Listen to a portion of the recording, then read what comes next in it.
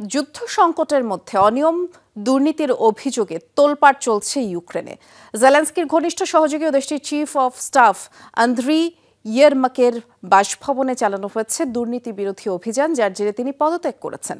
যুক্তরাষ্ট্রের সাথে শান্তি আলোচনায় ইউক্রেনের প্রতিনিধি দলের প্রধান ছিলেন ইয়েরমাক। এর আগেও জেলেনস্কির ঘনিষ্ঠ বেশ কয়েকজনের বিরুদ্ধে উঠেছে দুর্নীতির অভিযোগ। আর এমন পরিস্থিতিতে মিত্রদের আস্থা হারানোর শঙ্কায় ইউক্রেনের প্রেসিডেন্ট জেলেনস্কি। নতুন ব্লেন্ডে আরো রিচ অ্যারোমায় সেলন ফ্যামিলি ব্লেন্ড টে। ইউক্রেনের প্রেসিডেন্ট ভলোদিমির জেলেনস্কির সবচেয়ে ঘনিষ্ঠ উপদেষ্টা ও চিফ অফ স্টাফ আন্দ্রি ইয়েরমাকের বাসভবন এটি। দুর্নীতির অভিযোগে তার এ বাড়িতেই তল্লাশি অভিযান চালায় ইউক্রেনের দুটি তদন্ত সংস্থা, national anti corruption bureau NABU এবং স্পেশালাইজড অ্যান্টি করাপশন প্রসিকিউটরস অফিস।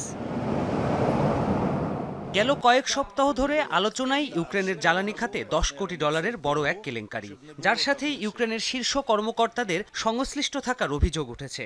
এ দুর্নীতি মামলা তদন্ত করছিল ওই সংস্থা দুটি। আদালতের নির্দেশে অভিযান হয়েছে বলে জানায় তদন্তকারী সংস্থা দুটি। এই ঘটনার জেরে পদত্যাগ করেন ইউক্রেনের চিফ অফ স্টাফ আন্দ্রি ইয়েরমাক।